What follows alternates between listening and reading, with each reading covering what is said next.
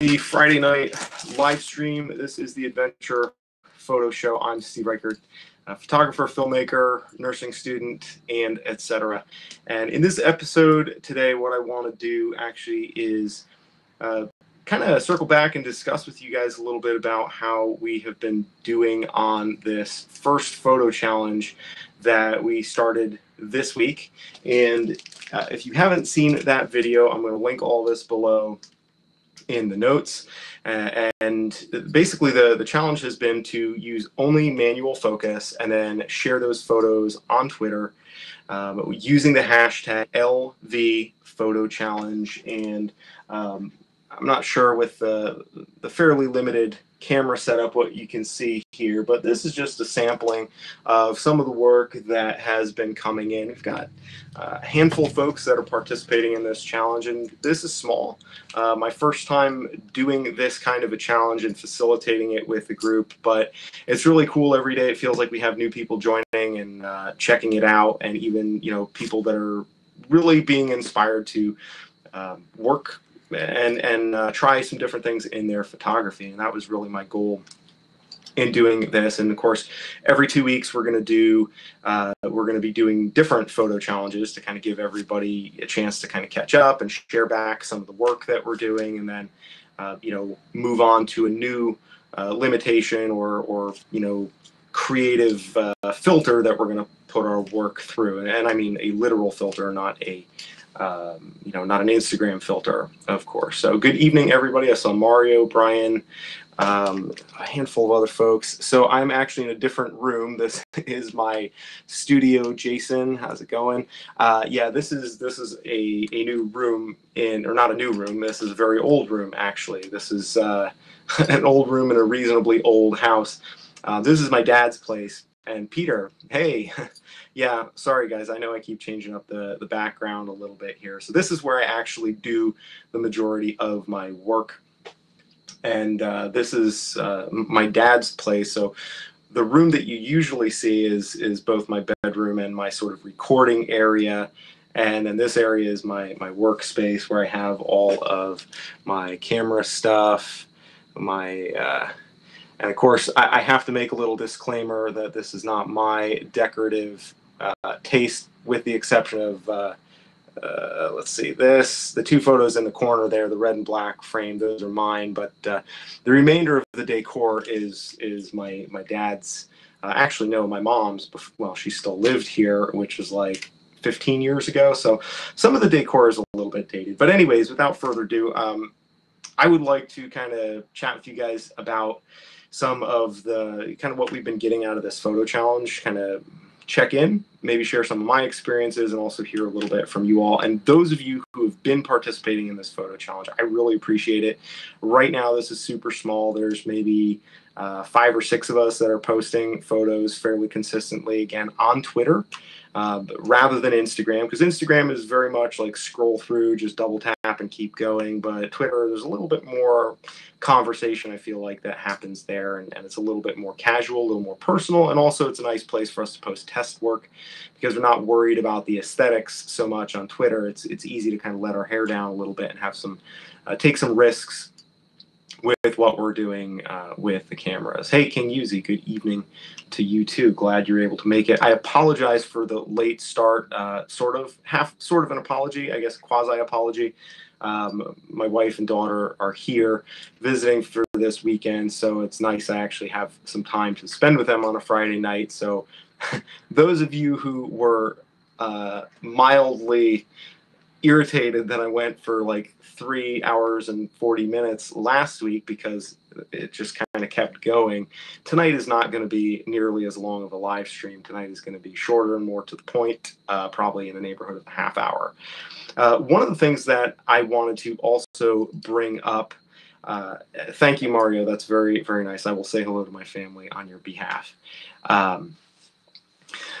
So yeah, one of the things I wanted to kind of kick around with you guys a little bit too is, how you think that this photo challenge is going, and an idea that I had for something that I might be able to offer you guys that would be a little bit different than what I'm currently doing. And since I started this photo challenge, I've actually had a couple of people who've just seen the video and contacted me. And I've had people reaching out for like photo critiques and stuff that more along the lines of mentorship. And, initially when I started this channel, my thought was not to, put myself out there as a mentor, because I feel like I'm learning so much. But over the last couple of weeks and months, and since, really the last year since this channel has grown in a specific photography direction, it's come to my realization that, you don't have to be an expert to provide mentorship a lot of times, or I shouldn't say that, but I think it's more of a matter, I looked at mentorship as something where you are providing people with something that they don't know. And I think in recent months, what I've come to realize is a lot of times the value of community and mentorship when you're working on in anything creative is not to have somebody tell you stuff you don't know, but somebody to help bounce ideas off of you and help you solidify what you do know, and to give you a perspective that maybe is a little bit more useful. Peer critiques, exactly. And so I've had people reaching out to me about specific peer critiques on Instagram. I've had Sean, who's in here a bunch. He's been kind of sending me photos like every other day when he just got the XE3, and so he's with Fuji, brand spanking new. He's like really excited about that, and so he's taking pictures and kind of new to the game. And no, Mario, I am not Ansel Adams rich, which I don't know if the curtains behind me, they're not actually tan. They were navy blue 28 years ago when they were installed. So no, I don't lead with my extravagant lifestyles, and about the extent of my extravagance is, my old, fairly complete Pentax lens collection. But I think all of those would be enough to, I don't know. I'm trying to think of a good way to quantify the value of my vintage lens collection in monetary terms. Although to me, my old lenses are worth much more than they are monetarily. I enjoy them, and I've gotten a lot of value out of them. But in any case, between that and, between folks asking for peer critiques as we've gone through the photo challenge, and also a lot of times I get people who are new to photography and they find my channel through gear reviews. And so one of the things I'm looking to do moving forward, because again, I spitball a lot of ideas here with you guys in these live streams, to kind of get a better idea of what would be more useful to you.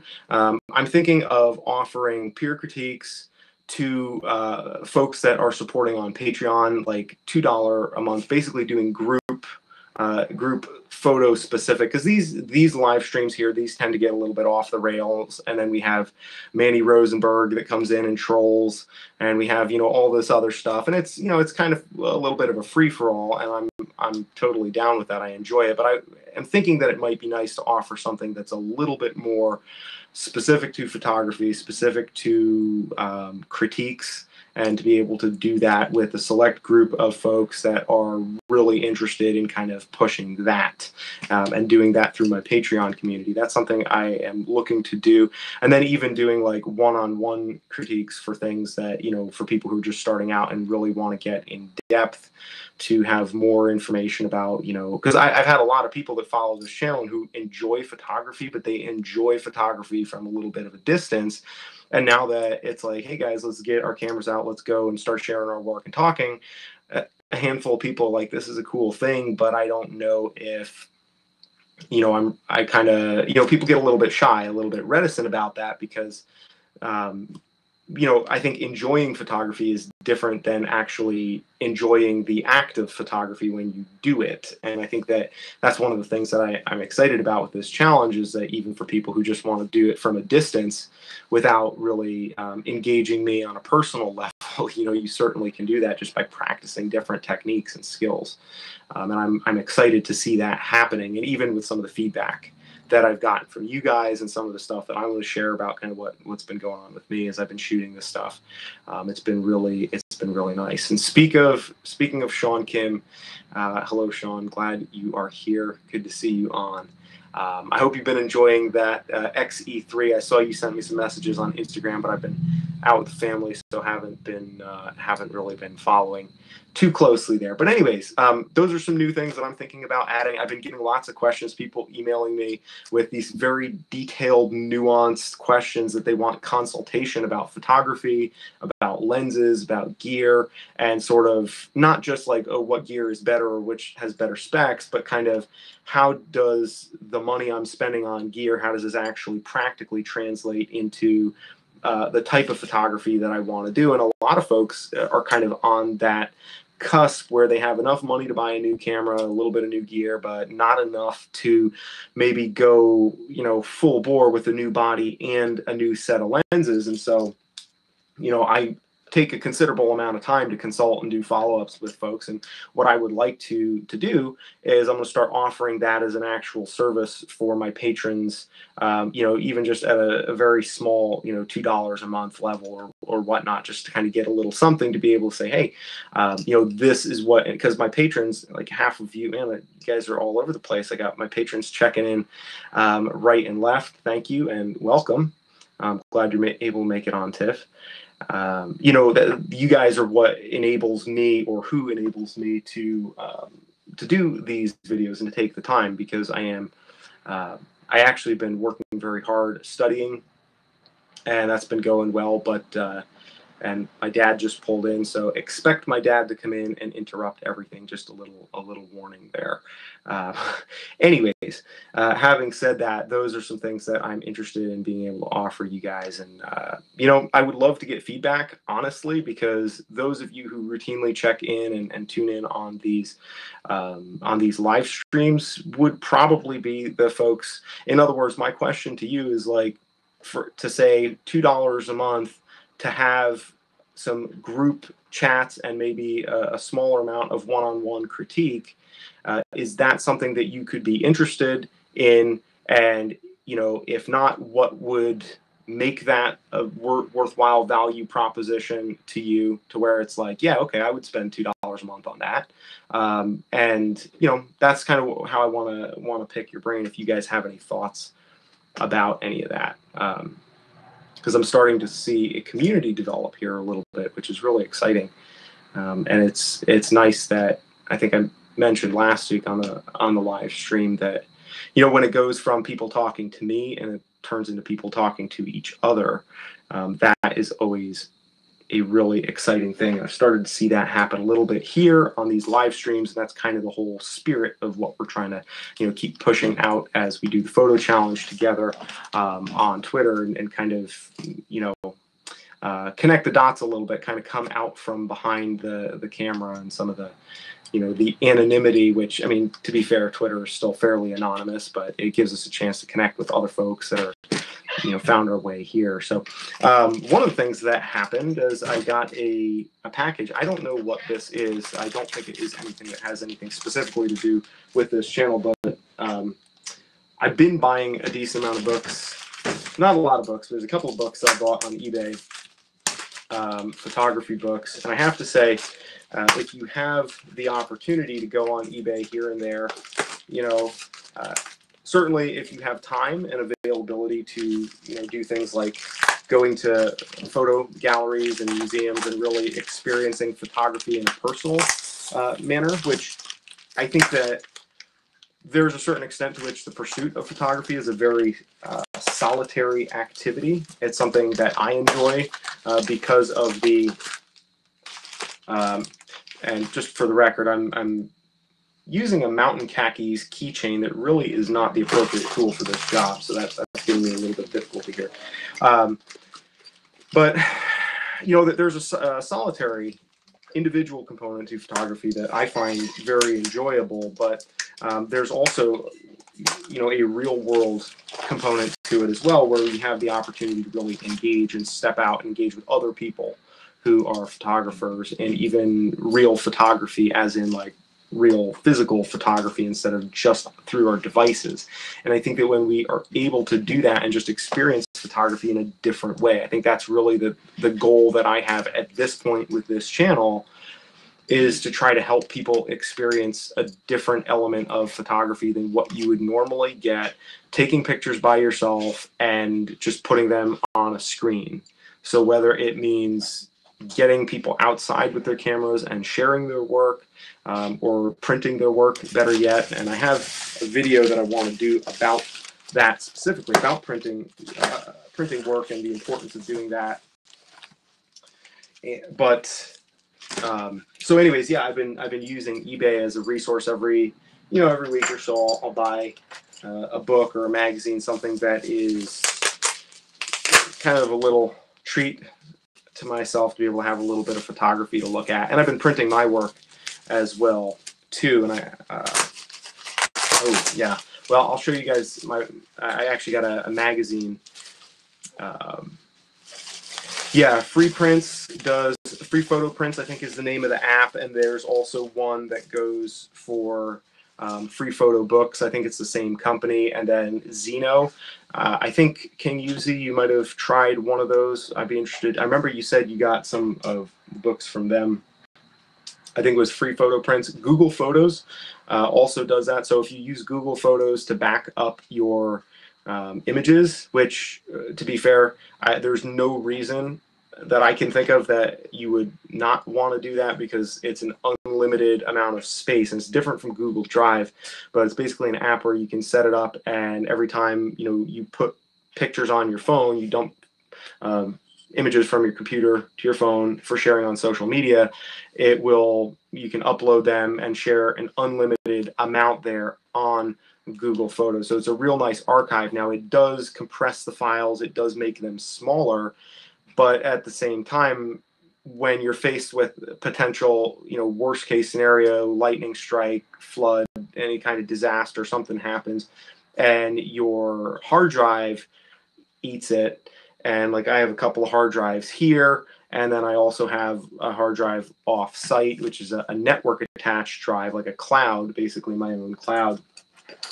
And being able to have even lower quality copies that are still good enough to print an 8.5 by 11 photo off of, that's a huge benefit. That's a huge asset to have that, and it doesn't cost you anything, and you can get those prints made directly through Google, and they will, you can say what you want about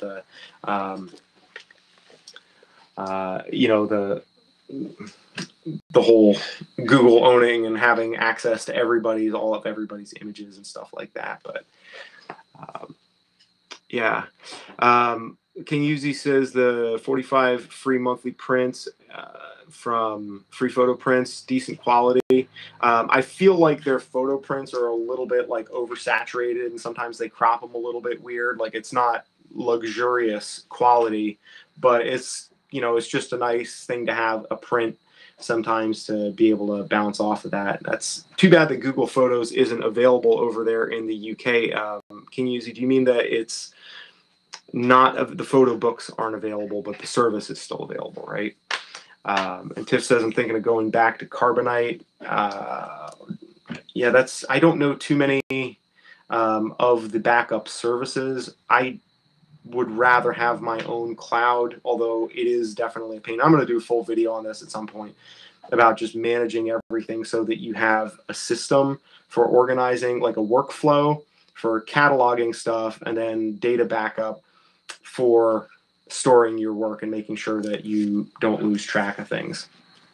And redundancy, usually 3 copies is typically what is the industry standard, 3 copies, with one of those copies being off-site at different locations, and then that's about the best that you can do. And more or less, that's what I have. But it can get really difficult to part with some of your photos, some of the raw files and stuff like that. It's yeah.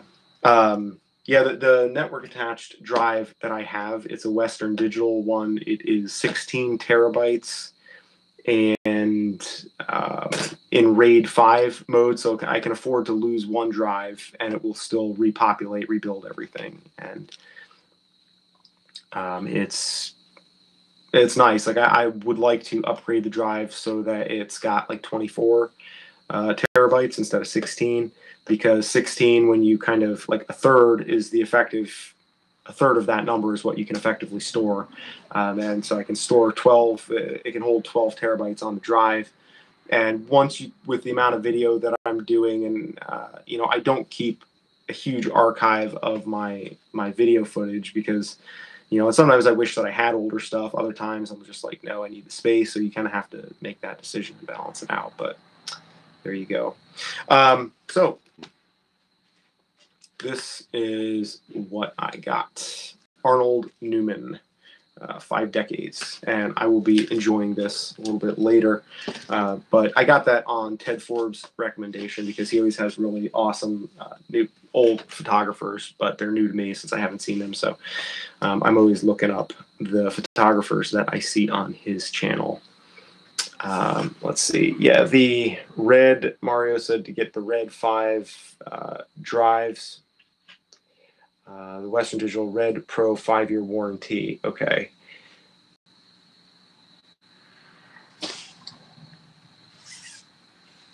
Interesting. Yeah, the Western Digital Red Pro drives.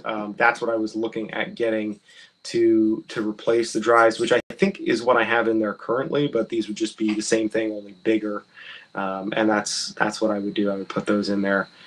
At some point. I mean, I still have a lot of room on there. Like I still have 8 terabytes free, and since I haven't been shooting nearly as much with being back in school and everything, I'm a little bit less concerned about all of that accumulating. But that's a good call. That's a direction that I'm going to go. The NAR drive, I have not heard of that, Peter. That sounds interesting, though. Yeah, the Reds are good. I mean, if you read on Amazon, you can find people having just awful experiences where it sounds like their entire life and in some cases livelihoods are just getting ruined because the drives crash and Western Digital checks out and won't give them any help. But my experience with both their products and also their, the support has been good. It's just that the stuff is a little bit complicated, and so you need to know your way around some basic IT stuff and basic network setups in order to kind of coordinate the drive so that you can find it with your phone and you can find it with your computer. And then, but once you have it set up, it's actually fairly straightforward to use. And then you have a huge, 8 terabyte or 16 or 24, however many you get, you have a lot of redundant storage, and then you can share links with other people. You can access your files remotely, and it can be really, really helpful. So every time I shoot a vlog here, I always upload it via Wi-Fi to my network storage drive in Massachusetts, so that way I'm archiving the stuff that I really want to keep. But anyways, let's talk a little bit about the photo challenge. And one of the things that I actually want to do too, since I've been talking about some new ideas here in these live streams, one of the things that I want to do or start doing is adding a little bit more structure to these live streams and maybe kind of paring down the time typically, or at least having a sort of formal session within maybe the first 30 minutes of a typical live stream, and then having just a free-for-all chat.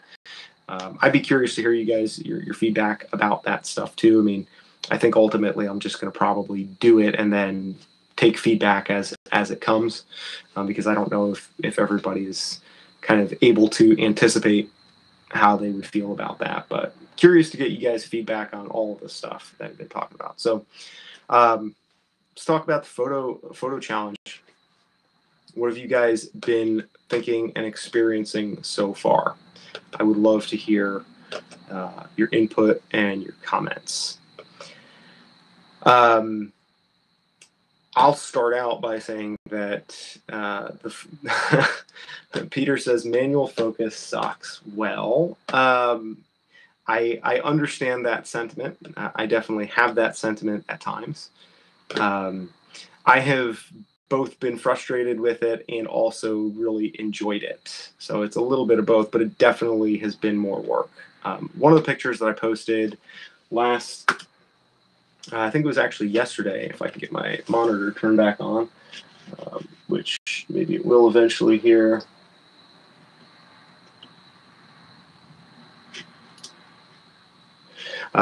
So this was an image, and again, I know this is not the greatest quality here, but there are a couple of images. This one being one of them that I've taken while on campus at school. And of all the places that feels uninspiring for me to have a camera, because everybody at school, just about everybody there, is like 19 to 21, and most of them have, like, they think that this X Pro 1, they think that this is a film camera. And to be fair, it does, it's got the sleek vintage retro look, like which is what we all love about the Fujis. But nobody knows what a camera is, so you stand out like a sore thumb having a camera there in the first place. And of course, you can't just shoot casually. You have to really set everything up because you're doing a manual focus shot. And so you have to really, think through what you want to capture and how you want to capture, and let the action come to you. And I was actually talking to Sean about this the other day. And, he was kind of frustrated because he was trying to shoot some cyclists with a camera in I think San Diego is what he was telling me, if I recall correctly. And he was having a hard time kind of like hitting the action shots with manual focus. And one of the things I told Sean, and I have experienced this myself, is that, there's a big difference in the process. And I think the quality of the images that we're able to make when we, first of all, like, have to slow down, and we can be more deliberate and focus on really shooting interesting light first, and then let action happen with respect to that light, but really look for the light first and then let the action happen. Because more often than not, we approach it the other way around with manual focus, or I'm sorry, with autofocus, where we say, oh, there's something happening here, I want to get in there, and then think about the light as an afterthought and think about everything else, composition. But and this is what I did, if there's one thing that I really have kind of taken out of this so far, it's just looking for light first. So this particular image, and if you follow me on Twitter, I'm at Living Vertical. I think most of you and I are already connected on Twitter, but I shared this one a couple of days ago, and I was really happy with the way that it came out, because it's just I believe it's a maple tree in the middle of campus at school. And I just shot it on Tuesday coming out of class. And I was happy with the fact that I was very frustrated. I had actually just gotten, where is it? Where did I put it? Oh, I don't know where I put it. My Minolta, oh, here it is. The Minolta 45 millimeter, 45 f2. And I have to say, guys, like, if any of you are looking for a portrait lens, please do yourself a favor and get yourself one of these lenses. They're like $30 on eBay. These things are tack sharp, and they're super fast too. And even without any kind of like speed booster, these things are amazing. I was blown away by this thing. But anyways, I was excited because I had just gotten this lens, and I was like, wanted to use it. But then I come out of class, my brain is fried, and it's just like, I feel very uninspired, and I wish that I could be somewhere else that was, nicer, and my mind is wandering. But I saw some interesting light, and I went and I shot that light. And the tree I was able to kind of put the tree in that light by moving around a little bit. And it actually made a picture that was an improvement on what I saw with my naked eye, let's just say. Maybe not necessarily the, I don't know if this is going to be in any galleries anytime soon, but I posted it on my Instagram story, and some guy that was like, dude, this is like the greatest. Oh, I have to email him this photo. I told him on Tuesday that I would email him this photo, and I haven't, so I need to. Good thing I remembered that. But he made it his background on his wallpaper on his phone, and little things like that meant a great deal to me, because I was kind of laughing to myself. I was like, dude, if you only knew how unaesthetic the location is that this photo was taken in. But I was just forced to approach it differently, because I couldn't just run and gun. I had to stop. I had to look for light, and then make a picture out of the light, and then kind of scratch my head a little bit. It's like, oh yeah, that is kind of what we're meant to be doing anyways with photography. There's like, there might be something to that, because I have definitely noticed myself, like, that I lack discipline on some hands when I have a faster camera that's more capable with autofocus, where I will let the camera work for me instead of looking at how I can work for the camera. And so I disengage myself and just like, yeah, it's okay. I'll fix it in post. Oh, that's not that big of a deal. I'll brighten that up. I'll, draw the viewer's attention to it by adding some highlights over here and darkening that and creating that effect instead of stopping and slowing down. So that's what I have gotten out of this, this challenge so far.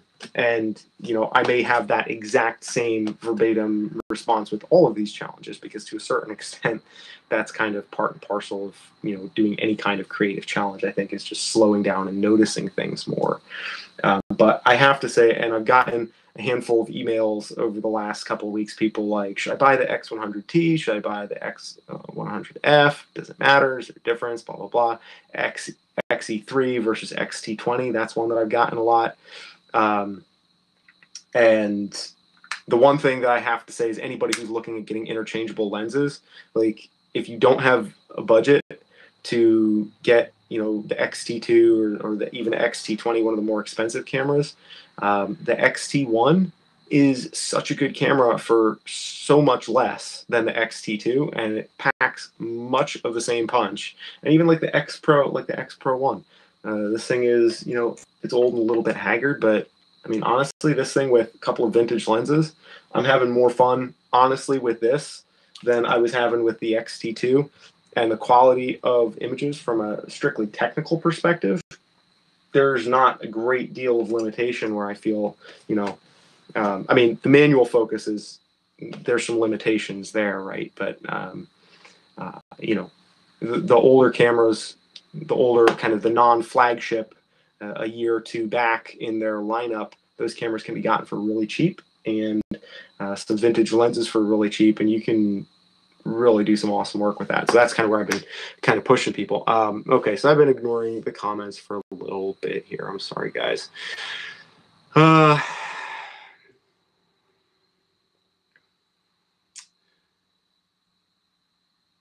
Yes. There is definitely, King Uzi, I agree with what you're saying there. There's definitely a greater feeling of satisfaction when you get that perfect shot using manual focus, because you feel on some level like it was your shot, like you put more of yourself into it. And so when that shot comes out well, that's more of a reflection of yourself. And so you can definitely take more pride, I think, even if you're not necessarily going that way. Hey, Matt, it's funny. I was just talking about your situation with the cameras and the XT1 recommendation, and kind of how I've been going down that path a lot with folks that have been emailing me. Yeah, Tiff, if you, any of the Minolta lenses, if you have the 45, it is spectacular as like a portrait lens. It's somewhere in the 75 to 85 millimeter range, I think, on the Fuji sensor, and the 28 millimeter. But any of the Minolta rocker lenses, these are phenomenal and very, I mean, there's not that many of them, at least, that I've found at a price point on eBay. But couple of these are really, I mean, like for somebody starting out, the 28, especially if you have a speed booster, like if you get a speed booster, okay, so a speed booster focal reducer, which is going to widen your field of view just a little bit, okay, and then get like a normal dummy adapter, just a piece of metal, which is going to make it a little bit tighter, you can cover a whole bunch of different focal lengths with just the 28, widen that out to like, what approximately would be around a 35 millimeter lens, and then kind of have like 35, 45, 50-ish, and then also have portrait lengths covered with just two lenses, speed booster, focal reducer, and just a dummy adapter as well. With that, it would be real nice. The 28 and the 45 millimeter lenses by Minolta, and they're both available really cheap. And if nothing else, like with a lot of the other lenses, I like the Pentax lenses, the M42 Takumar lenses are great, but and I like the ergonomics on them better. They handle better in my estimation, but they, when you kind of punch in on Lightroom and you look closely, it's always kind of like, I'm afraid to look, because you always kind of find the more further in you zoom, the muddier it gets. unless you're stopped way down. But the Minolta lenses, like you just go in to the picture and then it's like, wait a minute, I should be able to, I mean, it's so sharp that there's the one picture here I got to show you that I posted as well. Actually, I think it was one of the first ones that I posted for this. Here we go. It's this one. So this is almost 100% crop. This is like 88 or 90% crop. And obviously you can't tell here. You have to look on Twitter at Living Vertical for anybody who's just joined, since you might not know that already. This bee, I mean, like you can see hairs on the bee's leg, and this is almost 100% crop on a 30-year-old lens that I got for $30 on an old, in camera years, it's old. The X Pro 1, it's old. It's almost 100% crop, and it's incredibly detailed. So, and I have to say, I did not, I can't claim credit for discovering these lenses. Ken over there at the Angry Photographer, being angry and photographic and ranting as he is known to do, he covered some of these lenses, and I totally ripped off those lens selections, because he is, for somebody who doesn't show a lot of his work, and people give him a hard time about that, and I have no idea if his work is any good, but I know he does know a fair bit about lenses and engineering. And those recommendations were spot on, so I was really excited about that. But and the 28, I have to test. I haven't played with the 28 a lot, and part of the thing is I'm here and I'm studying when I'm here, or I'm making videos for the channel, and then I'm in school. So now I actually have some time to spend with my family and take some pictures. So that'll be fun, and hopefully I won't irritate them too much with. I'm not going to do like a big pose, not technical tests, no brick wall. I mean, I do have a couple of brick wall shots actually, but not for the sake of being like, let's see how sharp it is in the corners, which incidentally, I was curious, and I tried that on this 45mm lens, and I don't actually know. I did post this one. Yeah, it's sharp even in the corners. Anyways, yeah, the sharpness is exquisite on these lenses. Good to hear that, Matt. Good to hear that you ended up getting the speed booster. That is awesome. I think you'll really enjoy that. It gives you some nice flexibility and some options, and even in lower light.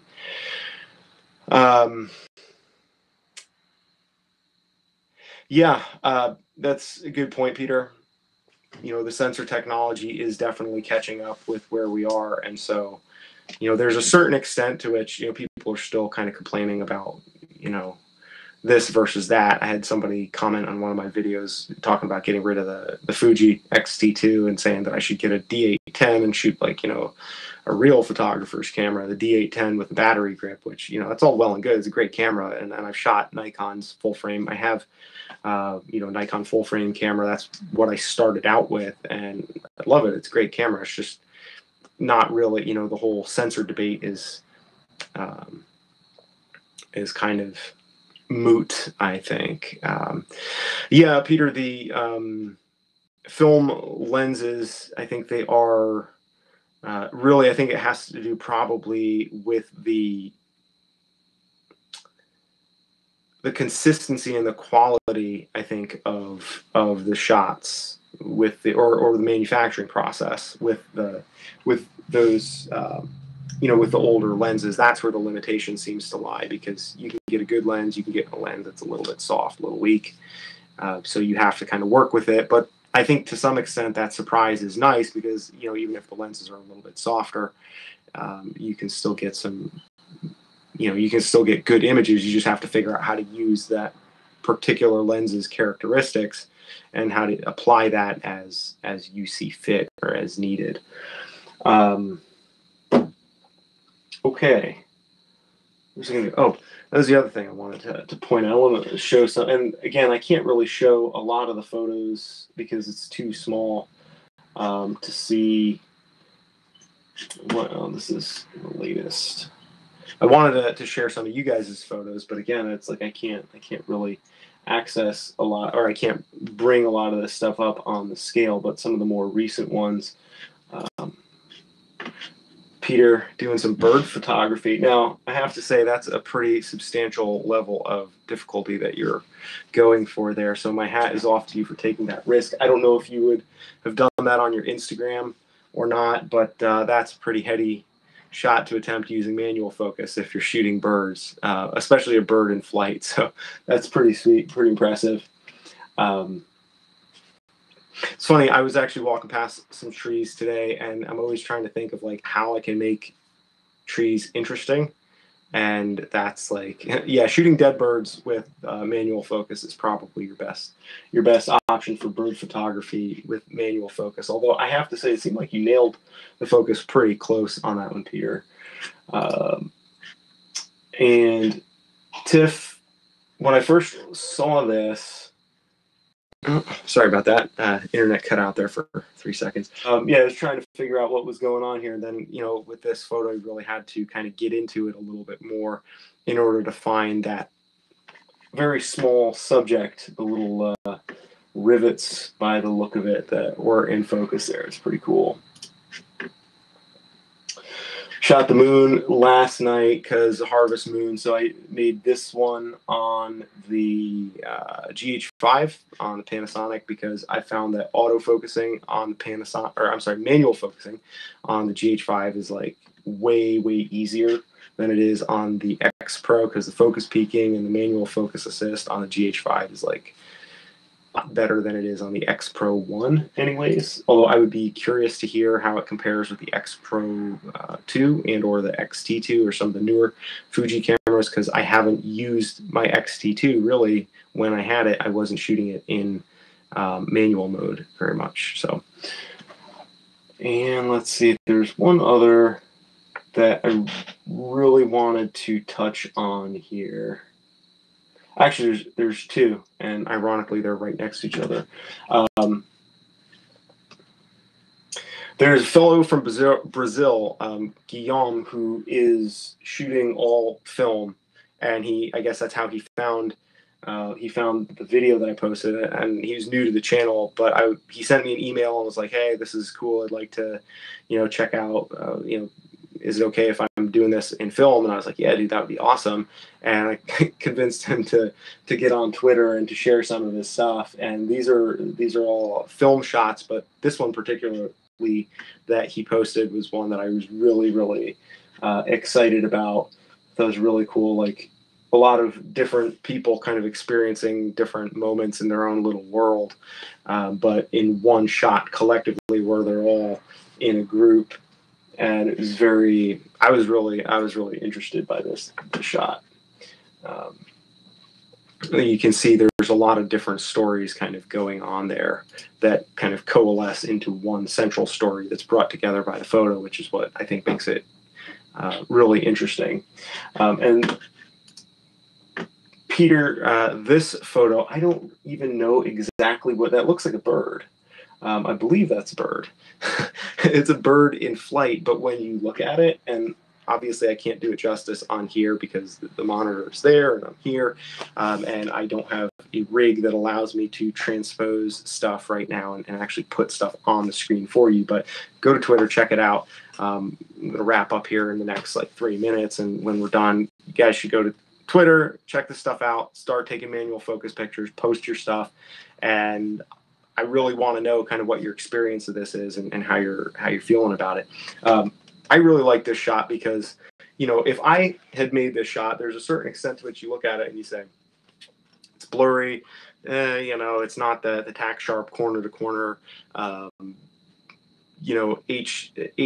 Not that HDR is the standard that everybody's aiming for, but there's a certain look that certain cameras have that, so for example, it looks like a painting. Exactly right. That's the first thing I thought when I saw it. I was like, it looks like a painting. And maybe it is a little bit blurry and out of focus, but I don't know how, if somebody handed me a camera and said, do that, it would take me a lot more effort to be able to do that. And maybe that's going to have to be one of the next challenges coming up, is to make it a painting type of thing, because I want to get better at doing that. That's something that I think is really, really neat when you can interpret something through an unconventional way of photographing it and make it look like something totally different, where somebody's like, wait a minute, what is that? You know, that's a really cool thing to be able to do. So I wanted to highlight that little bit of work too.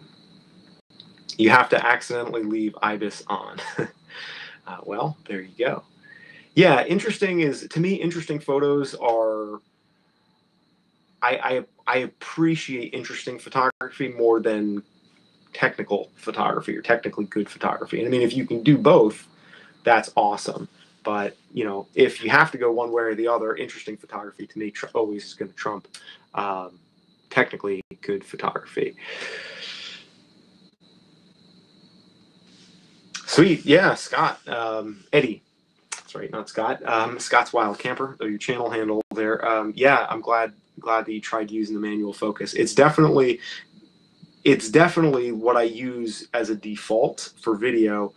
And now I probably 70-30 now I'm using manual focus, because I'm almost exclusively shooting with stills. I'm shooting manual vintage lenses, so I've been using it a lot more. And the more you use it, honestly, the more natural it feels, the more natural the pace feels, and the less frequently you reverse your focus ring and mess up your shots and miss stuff. Like, it gets easier and it gets better if you practice, like if you're okay with that, you know. So that's been something that's been also really neat. All right, guys. Well, I have enjoyed this truncated session, but I am going to call it an evening here. I would love to hear your comments and your thoughts. If anybody has feedback about kind of what I presented in the earlier part of the show about doing mentorships and critiques, peer critiques, and kind of doing some of that stuff through Patreon, if there are ways that you guys could maybe focus group that, kick that around a little bit. I know that's maybe asking for a lot, but always interested to hear how the ideas of what I feel like I could give, how that might be able to meet needs that you guys have or that you could see other people having even. And, you know, look forward to hearing from you guys in the comments about some of that stuff. And get on Twitter, get your cameras, get the manual focus going. Don't be afraid of it. You know, don't be afraid to take images that don't look great. You know, like just take something and start there. You know, there's not a bar. The bar of entry is intentionally set very low, because we just want to encourage you to get out and just make something with your camera. Start taking photos, and starting is the hardest part. It's not, you know, finishing is also really hard. The middle, once you've started, though, it's easier to keep going, and it's just getting started is the hard part. So anyways, guys, you all have a good night. Thank you very much for taking the time to tune in, spend this time with me. If you're not already subscribed to this channel, please subscribe so you get more of my videos, as we are making photography fun. I'm experimenting with some new taglines there. Make photography fun again. I think that would be a cool thing to do. And look forward to seeing you guys in the next episode, and see you on Twitter for the Living Vertical Photo Challenge. You guys have a good night, have a good weekend, and drop your comments below, and we'll be in touch. Later, guys.